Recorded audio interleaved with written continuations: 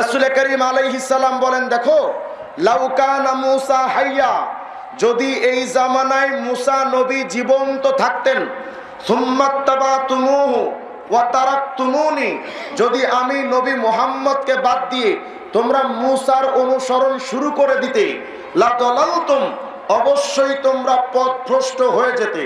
যদি বুঝে আসে বলেন, এই নবী মুহাম্মদ রাসূলুল্লাহ আসার পর ঈসা, মুসা, দাউদ, ইব্রাহিম, আদম কাউকে আর অনুসরণ করা যাবে? হ্যাঁ, তারা নবী, আল্লাহর প্রিয় বান্দা, তাদের সম্মান করি, তাদের উপর ঈমান রাখি, তাদের কলিজা দিয়ে মহব্বত করি, তাদের বিরুদ্ধে কোনো কথা আমরা শুনতেও চাই না, শুনতে পারবো না।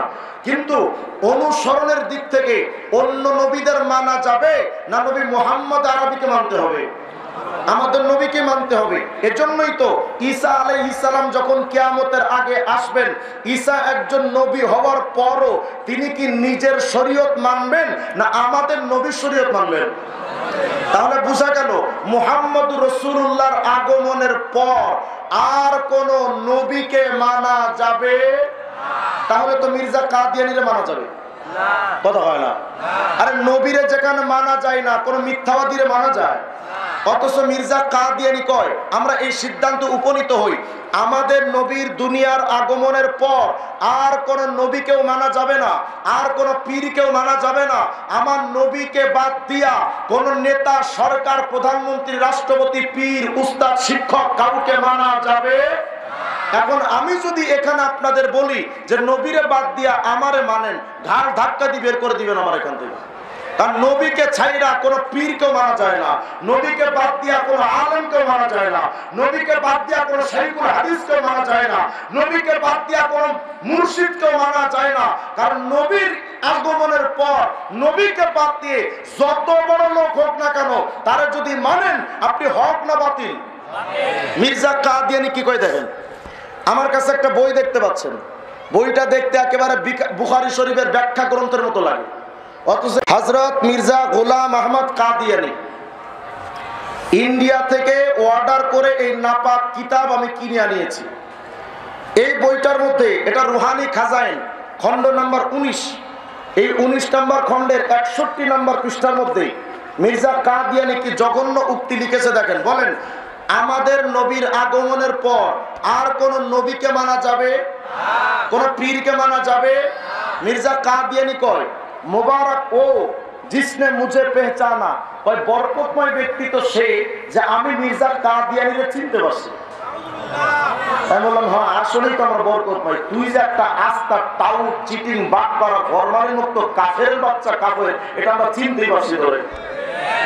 মির্জা কাদিয়ানী কয়, মাই খুদা কি সব রাহু মে সে আখিরি রাহ হো, আল্লাহর যত মানার জন্য যে রাস্তা শরীয়ত আল্লাহ দিয়েছেন, সব শরীয়তের আমি কাদিয়ানী শেষ শরীয়ত। আপনারা একটু আস্তে বলেন নাউজুবিল্লাহ। আরো কি কয় দেখেন, বলে और मैं उसके सब नूरों में से आखिरी नूर हूं, नूर माने नबी, कद जाअकुम मिनाल्लाहि नूराइन नबी।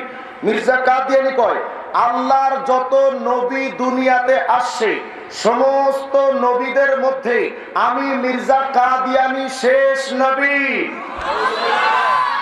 শুধু তাই নয়, বলে মেরে বেগর সব তারিকি হ্যাঁ, আমি কাদিয়ানী ছাড়া আর কাউকে মানা যাবে না। আরেকটা প্রমাণ নেন, 9 নম্বর খণ্ড, এটা হলো রুহানি খাজাইন খণ্ড নাম্বার 9 পৃষ্ঠা নাম্বার 32।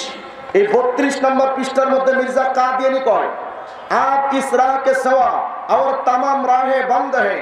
বলে বর্তমানে আহমদিয়া, মুসলিম জামাত তথা কাদিয়ানীদের এই মতবাদ, এই ধর্ম, এই বিশ্বাস ছাড়া আর যা ছিল সব বাতিল হয়ে গেছে।